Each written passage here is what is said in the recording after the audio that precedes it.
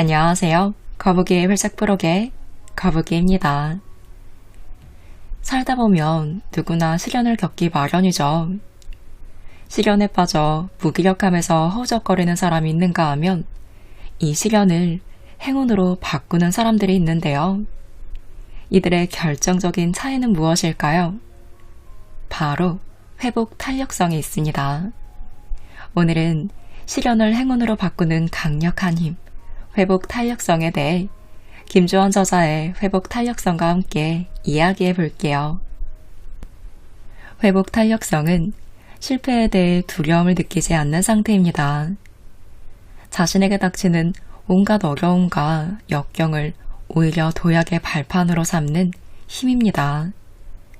성공은 어려움이나 실패가 없는 상태가 아니라 역경과 시련을 극복해낸 상태를 말합니다. 떨어져 본 사람만이 어디로 올라가야 하는지 그 방법을 알고 추락해 본 사람만이 다시 튀어 올라가야 할 필요성을 절감하듯이 바닥을 쳐본 사람만이 더욱 높게 날아오를 힘을 갖게 됩니다. 이것이 바로 회복 탄력성의 비밀입니다. 우리의 삶은 온갖 역경과 어려움으로 가득 차 있습니다. 물론 행복한 일도 있지만 그보다는 힘든 일, 슬픈 일, 어려운 일, 가슴 아픈 일이 더 많죠. 불행한 일은 항상 행복한 일보다 양도 더 많고 질적으로도 강도가 더 센 것처럼 느껴져서 우리를 좌절하게 만든다는 연구 결과도 있는데요. 하지만 꼭 알아두셔야 할 것이 있어요. 우리 모두는 인생의 역경을 얼마든지 이겨낼 잠재적인 힘을 지니고 있다는 거예요. 이런 힘을 학자들은 회복 탄력성이라고 부릅니다. 한번 생각해 보세요. 별다른 고생 없이 평탄한 삶을 산 사람 중에 커다란 업적이나 성취를 이룬 사람이 얼마나 될까요? 찾아보기 힘듭니다. 창업 이래 한 번도 실패나 어려움을 겪지 않은 대기업도 없죠. 이것이 세상의 이치입니다. 위인전에 나오는 위대한 인물도 마찬가지입니다. 이렇게 어떤 분야에서든 뛰어난 업적을 남긴 사람들은 대부분 역경을 극복한 사람들인데요. 그렇다면 이들은 왜 하나같이 역경을 극복하고 위대한 인물이 되었을까요? 바로 여기에 작은 힌트가 숨어 있습니다. 위인들은 역경에도 불구하고 위인이 된 것이 아니라 사실 역경 덕분에 위대한 업적을 이룰 수 있었던 것입니다. 역경이야말로 사람을 더욱더 강하게 튀어오르게 하는 스프링보드와 같은 역할을 합니다. 한 마리의 개구리도 앞으로 뛰려면 반드시 뒤로 움츠려야만 하잖아요. 만약 모든 일이 술술 풀려 인생에 그 어떤 시련도 없었더라면 가장 위대한 대통령으로 칭송받는 링컨도 보잘것없는 시골 변호사로 생을 마감했을 것이고 이순신 장군은 이름 없는 말단 장군으로 전전하다가 정년 퇴임 당하고 말았을 거예요. 역경으로 인해 나락으로 떨어졌다가도 강한 회복 탄력성으로 되튀어 오른 사람들은 대부분의 경우 원래 있었던 위치보다 더 높은 곳까지 올라갑니다. 그야말로 실패를 성공의 원동력으로, 오늘의 아픔을 내일의 기쁨의 원천으로 삼은 셈인 것이죠. 이들에게는 역풍이 오히려 반가운 존재입니다. 마치 하늘을 나는 연처럼 바람이 불면 더욱더 높이 날아오르기 때문입니다. 그러니 지금 역경이 왔다거나 힘든 시간을 보내고 계시다면 내가 진짜 잘 되려고 잠시 뒤로 움츠러든 거구나. 앞으로 더 잘 될 일만 남았네. 인생이 풀릴 일만 남았어. 하고 생각하세요. 지금부터가 중요합니다. 이 회복 탄력성은 누구나 다 발휘할 수 있는 것은 아닙니다. 마치 고무공처럼 강하게 되튀어 오르는 사람이 있는가 하면 유리공처럼 바닥에 떨어지는 즉시 산산조각이 나서 부서져 버리는 사람도 있으니까요. 통계적으로 보면 고무공보다는 유리공의 비율이 2배 이상 더 많습니다. 실패를 성공의 도약으로 삼는 사람들이 더 소수인데요. 그래서 세상에는 성공한 사람보다는 실패한 사람의 숫자가 훨씬 더 많은 법입니다. 하지만 실망하지 마세요. 우리도 성공하는 소수가 당연히 될 수 있으니까요. 회복 탄력성은 마음의 근력과 같습니다. 몸이 힘을 발휘하려면 강한 근육이 필요한 것처럼 마음이 강한 힘을 발휘하기 위해서는 튼튼한 마음의 근육이 필요합니다. 마음의 근육이 견뎌낼 수 있는 무게는 훈련에 의해 얼마든지 키울 수 있습니다. 몸의 근육이 몸의 면역력을 높여주듯이 마음의 근육은 마음의 잔병 치레를 막아줍니다. 회복 탄력성은 꼭 커다란 역경을 위해서만 필요한 힘은 아닙니다. 자잘한 일상에서 겪는 수많은 스트레스와 인생의 고민과 인간관계에서의 갈등을 자연스럽게 이겨내기 위해서도 꼭 필요한 힘입니다. 그렇다면 이 회복 탄력성을 키우기 위해서는 어떻게 해야 할까요? 첫째, 긍정적으로 스토리텔링하는 습관을 들여야 합니다. 이런 장면을 상상해 보세요. 지금 나는 잔잔한 호수 위에 조각배 한 척을 띄워놓고 조용히 낚시를 즐기고 있어요. 따뜻한 봄바람이 살랑살랑 불어오고 날씨는 화창하며 주위는 평화롭고 모든 것이 완벽합니다. 그런데 갑자기 다른 배가 내 조각배를 뒤에서 쿵 하고 박았어요.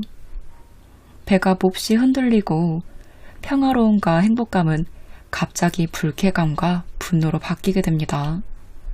왠지 무시당한 느낌도 들며 조용히 혼자 즐길 수 있는 권리를 침해당해 억울하기도 합니다.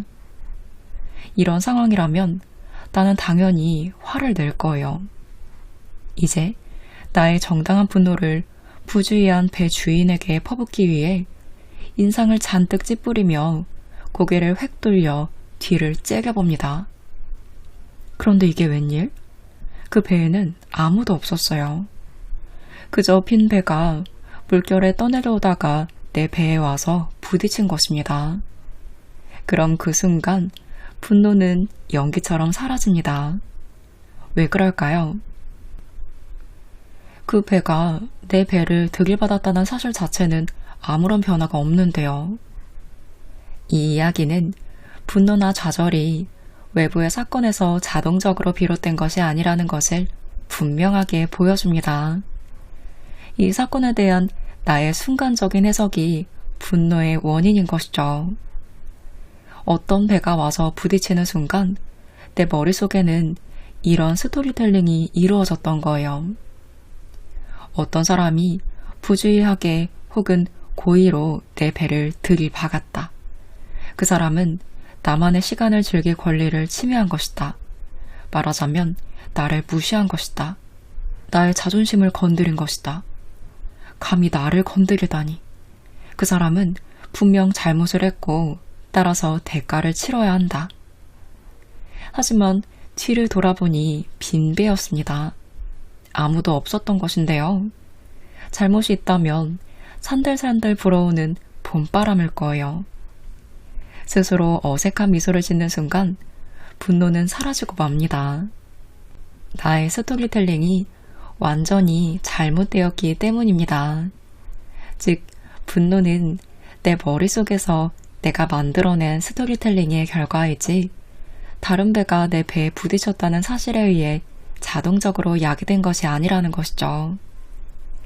우리의 삶에서 벌어지는 다양한 사건들에 대해 어떤 방식으로 스토리텔링을 하느냐는 곧 그 사람이 지닌 신념 체계에 의해 결정됩니다. 이 신념 체계는 우리가 어떤 스토리텔링을 하느냐를 결정짓는 기본적인 마음의 습관입니다. 건강하고 행복한 삶을 살기 위해서는, 그리고 강한 회복 탄력성을 유지하기 위해서는 긍정적인 스토리텔링을 하는 습관을 들여야 합니다. 그러기 위해서는 자신에게 닥친 여러 가지 사건에 대해 자동적으로 긍정적인 방식으로 스토리텔링하는 습관을 들여야 합니다. 예를 들어, 내가 어떤 사업에 실패했다고 해보죠. 이런 역경에 부딪혔을 때 회복 탄력성이 부족한 사람은 이렇게 반응합니다. 성공한 사람도 많은데 왜 나는 실패했을까? 이번에 실패한 것을 보면 나는 앞으로도 이런 사업에 실패하는 게 아닐까? 나는 왜 항상 실패만 하지? 이 사업뿐만이 아니라 왜 내가 하는 모든 일은 다 안 풀릴까? 나 왜 모든 면에서 실패투성일까? 하지만 긍정적이고 행복하며 회복 탄력성이 높은 사람들은 이렇게 반응합니다. 이번에 실패는 아쉽지만 실패는 누구나 할 수 있어. 나만 하는 게 아니잖아. 실패하는 사람들은 수두룩하지. 이 사업에서 실패한 건 운이 좋지 않았을 뿐이고 내가 통제할 수 없는 상황이 발생해서 어쩔 수 없었어.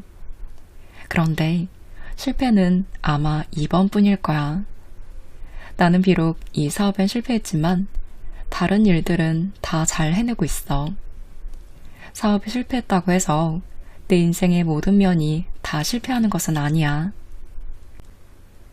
회복 탄력성이 낮은 사람은 나쁜 일에 대해서는 내가 언제나 모든 면이 다 그렇다는 식으로 크게 생각합니다. 좋은 일에 대해서는 남도 어쩌다가 이번 일만 그렇다는 식으로 그 의미를 축소해서 받아들입니다. 반면 회복 탄력성이 높은 사람은 이와는 정반대로 행동하죠. 나쁜 일에 대해서는 그 의미를 축소하고 좋은 일에 대해서는 더 크게 일반화해서 받아들입니다. 여러분은 어떠신가요? 사업 실패나 취업 성공 같은 거창한 일이 아니어도 좋습니다. 일상생활 속에서 일어나는 크고 작은 역경에 대해 어떻게 반응하고 계시나요?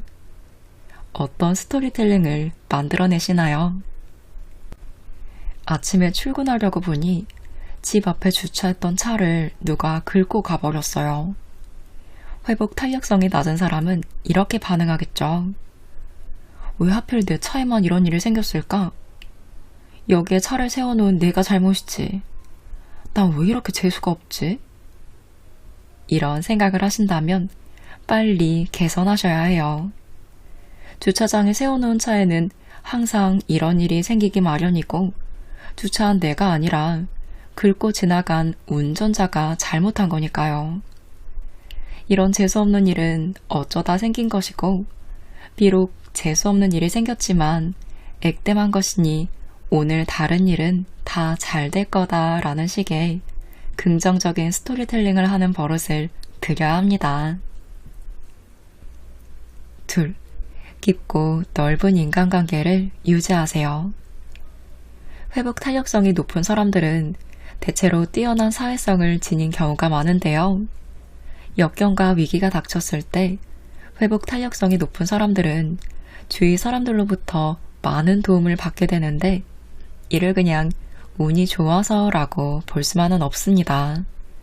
이들은 평소에도 대인관계를 잘 유지해왔기 때문에 어려울 때 자신을 도와줄 사람을 여럿 확보하고 있었다고 보는 것이 더 옳습니다. 이런 대인관계 능력의 핵심은 다른 사람의 마음과 감정 상태를 재빨리 파악하고 깊이 이해하며 공감함으로써 원만한 인간관계를 맺고 유지하는 데 있습니다. 이런 능력을 지닌 사람은 주변 사람들의 마음을 잘 헤아려서 편안하게 행복하게 해줍니다. 또한 대인 지능이 높은 사람은 강한 리더십을 발휘합니다. 왜냐하면 사람들은 본능적으로 자신을 행복하게 해주는 사람을 따르기 때문입니다. 이런 리더십을 발휘할 수 있느냐의 문제는 결국 주변 사람들에게 얼마나 행복을 잘 나눠줄 수 있느냐의 문제입니다. 3. 소통 능력과 공감 능력을 키워야 합니다. 두 번째와 이어지는 깊고 넓은 인간관계를 유지하기 위해 필요한 능력인데요. 소통 능력이란 인간관계를 진지하게 맺고 오래도록 유지하는 능력이라 할 수 있습니다. 그렇다면 소통 능력이 뛰어난 사람이란 어떤 사람일까요? 말을 잘하는 사람? 아닙니다. 농담과 재치로 남을 잘 웃기는 사람도 아닙니다. 소통 능력은 인간관계와 설득의 능력입니다. 이런 능력이 뛰어난 사람의 가장 큰 특징은 주위 사람에게 좋은 인상을 주고 좋은 평판을 얻는다는 것인데요. 소통 능력이 뛰어난 사람은 인간성이 좋고 호감이 가며 같이 일하고 싶어지는 그런 사람입니다. 비록 말은 어눌하게 해도 호감을 주는 사람이라면 소통 능력이 뛰어난 사람이라고 볼 수 있습니다. 말은 청산유수로 잘하지만 왠지 친해지고 싶지 않은 사람은 소통 능력이 오히려 낮은 사람입니다. 공통의 경험을 함께 나누는 것이 소통입니다. 공유된 경험은 내가 지금 경험하고 있는 것을 상대방도 마찬가지로 경험하리라는 공감의 원천입니다. 예를 들어 누군가와 대화를 시작할 때 어제 그 드라마 보셨어요? 주인공이 어떻게 됐어요? 여기 유명한 맛집이 있는데 드셔보셨어요? 이런 이야기들은 처음 만나는 사이에도 쉽게 공통의 경험을 끌어낼 수 있는 이야기거리가 됩니다. 지하철에서 처음 본 사람한테 어디까지 가시죠? 라고 묻거나 갑자기 당신이 내 이상형입니다. 라고 말하는 것은 성공적인 소통이 아닙니다. 공유된 경험이 없으니까요. 그보다는 전철이 한강다리 위를 지날 때 같이 서 있는 사람에게 이렇게 한강다리를 보니 서울도 참 아름다운 도시죠. 이렇게 지금 함께 경험하고 있는 것에 대해 말을 건네는 편이 자연스러운 대화 방법입니다. 공감 능력은 다른 사람의 심리나 감정 상태를 잘 읽어낼 수 있는 능력을 말합니다. 표정이나 목소리 톤, 몸짓이나 자세 등을 통해서 그 사람이 어떤 생각이나 느낌을 갖고 있는지 알아채는 능력은 인간관계를 잘 유지하고 타인을 설득하기 위한 기본적인 자질이라고 할 수 있는데요. 공감 능력은 적극적인 듣기나 표정 따라하기 등의 훈련을 통해 높일 수 있습니다. 일상생활에서 원만한 대인관계를 원한다면 우선 마음의 문을 열고 상대방의 말을 잘 들어야 합니다. 즉, 경청이 중요하다는 건데요. 우선 상대방의 말을 들을 때는 말을 하는 사람의 표정을 그대로 따라하는 습관을 들이도록 해보세요. 인간의 얼굴 근육은 감정에 관여하는 뇌와 직접적인 연결이 되어 있습니다. 얼굴은 사람의 감정 상태를 나타내는 거울입니다. 말하는 사람의 표정을 따라하면서 들으면 말하는 사람의 감정 상태를 훨씬 더 잘 느낄 수 있게 됩니다. 이를 공감적 경청이라고 합니다. 성공적인 소통의 핵심은 말을 잘 하는 데 있는 것이 아니라 잘 듣는 데 있습니다. 공감적 경청은 높은 수준의 공감과 소통 능력을 얻기 위한 가장 효과적인 방법입니다. 표정을 따라하기가 어렵다면 긍정적이고 환한 표정이라도 지어보세요. 억지로라도 미소 지으셔야 해요. 밝은 표정을 짓는 것만으로도 공감 능력의 상당 부분을 향상시킬 수 있기 때문입니다. 넷, 나의 대표 강점을 발견하세요. 회복 탄력성이 낮은 사람들은 대체로 자신의 강점보다는 약점을 바라보는 습관을 지니고 있는데요. 자기 자신을 긍정적으로 바라보는 시선이 있어야 긍정적인 정서가 심어지고 회복 탄력성도 올라갑니다. 무엇보다 진정한 행복의 핵심은 자신의 강점을 발견하고 그것을 발휘하며 살아가는 것에 있습니다. 내가 잘 할 수 있는 일을 통해 즐거움과 성취와 보람을 느끼는 것이야말로 진정으로 행복한 삶입니다. 강점을 발휘하는 삶을 통해서 우리는 행복의 수준을 끌어올릴 수 있습니다. 자신의 강점을 들여다보고 강점을 느끼고 그것을 발현하는 순간 우리는 놀라운 능력을 발휘하게 됩니다. 자신의 강점을 느끼고 그것을 들여다봄으로써 긍정적 정서를 스스로 유발하는 사람은 자신의 능력을 넘어서는 능력을 발휘하게 됩니다. 이런 강점의 수행을 통해 나만 행복을 느낄 뿐만이 아니라 본능적으로 주변 사람들에게도 행복을 나눠줄 수 있습니다. 그럼 인간관계도 좋아지겠죠. 나의 고유한 강점이 무엇인지 깨닫고 그것을 일상에서 꾸준히 수행하려는 노력을 해야 진정한 발전이 있고 긍정적인 뇌를 만들어갈 수 있습니다. 역경과 시련을 이겨내고 뛰어난 성취와 업적을 이뤄낸 사람들의 공통적인 특징은 어려서부터 자신의 강점에 집중하고 끊임없이 키워 나갔다는 데 있습니다. 이것은 회복 탄력성을 향상시키는 아주 좋은 방법입니다. 5. 뒤센 미소를 지으세요.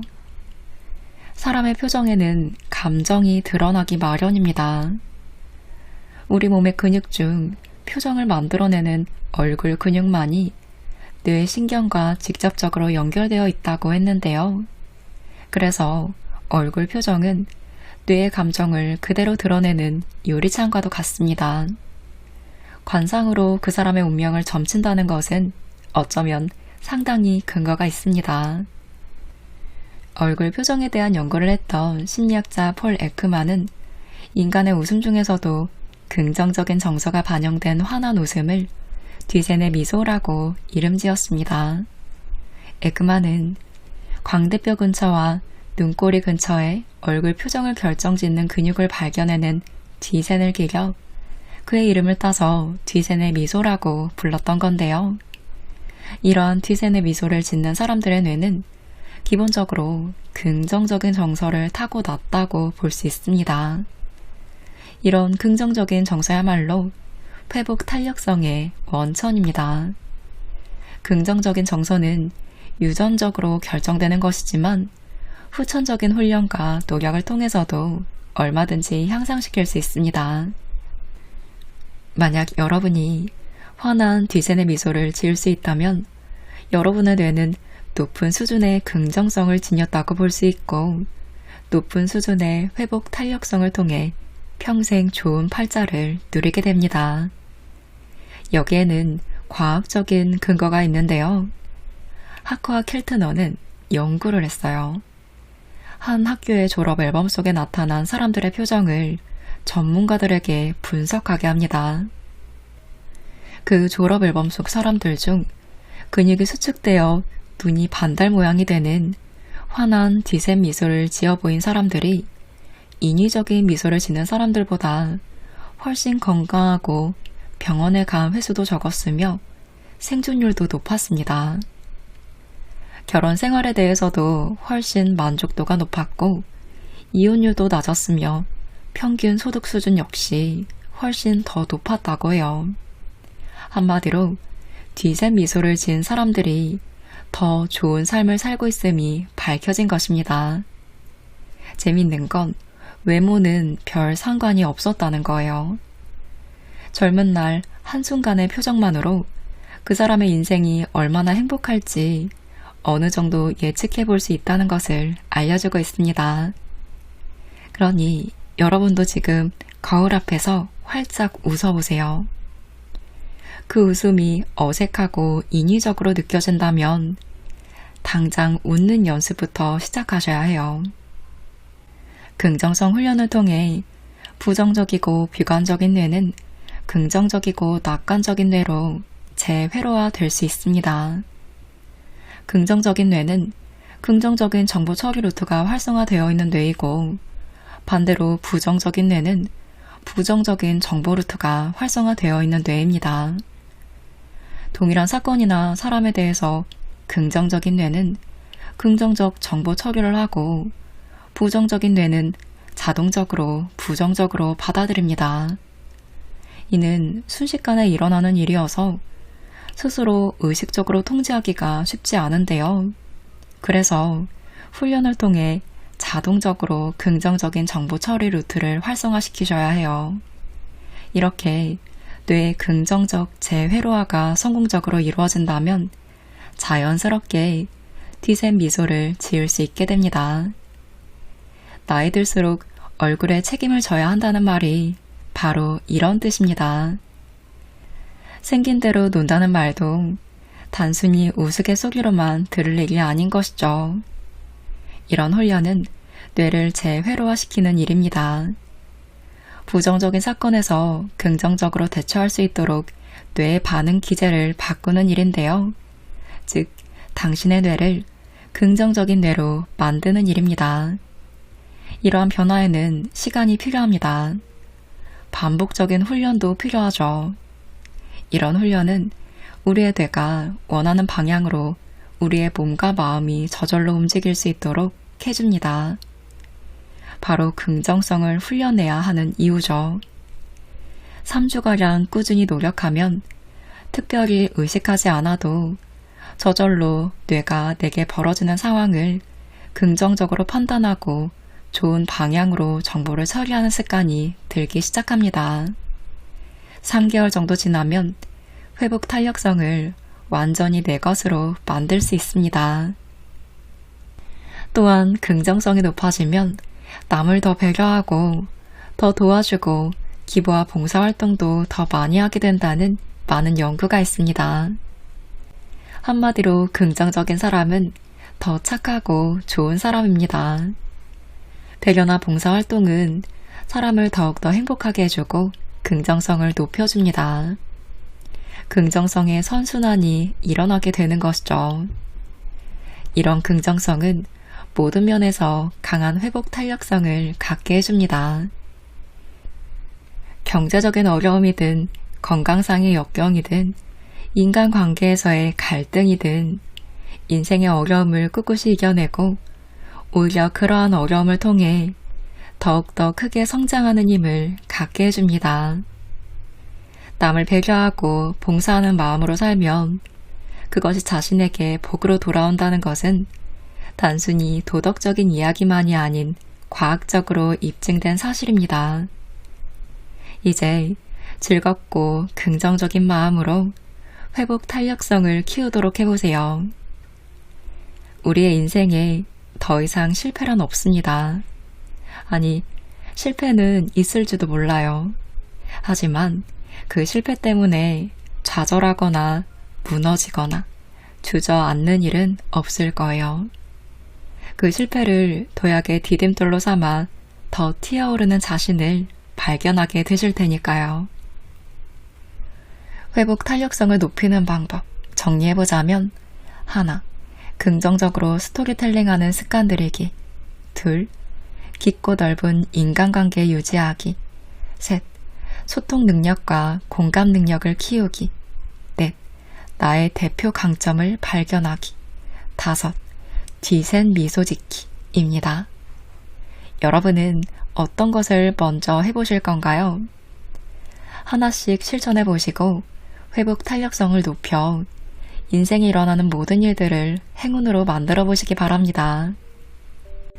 오늘은 김주원 저자의 회복 탄력성과 함께 했습니다. 저자는 내면 소통, 명상, 마음 근력 등을 가르치고 뇌 과학을 연구하는 교수이자 작가로 활동하고 계세요. 특히 소통과 회복 탄력성이라는 키워드로 엄청 핫하신 분인데요. 저는 자칫 마음을 놓으면 쉽게 감정에 치우치기 때문에 늘 회복 탄력성이 좋아지고 싶다는 생각이 있어서 이에 대한 정보를 찾다 알게 된 책입니다. 사실 처음 읽을 땐 책 내용이 좀 어렵게 느껴졌어요. 이해는 되지만 낯설게 느껴지는 심리학 용어들과 연구 결과들이 굉장히 많이 나와서 좀 어렵긴 했는데 내용이 굉장히 깊이 있으면서 너무 좋은 거예요. 그래서 여러분과 공유하고 싶은데 어떻게 쉽게 전달할 수 있을까 고민하다 제 나름대로 추리고 추려 정리해 보았습니다. 오늘 함께한 것들은 과학적으로 모두 증명된 내용이라 실천해 보신다면 회복 탄력성을 높이는데 제대로 효과를 보실 수 있지 않을까 예상해 봅니다. 여러분이 회복 탄력성을 통해 세상 모든 행운을 누리시기 바라는 마음으로 오늘 영상 마무리합니다.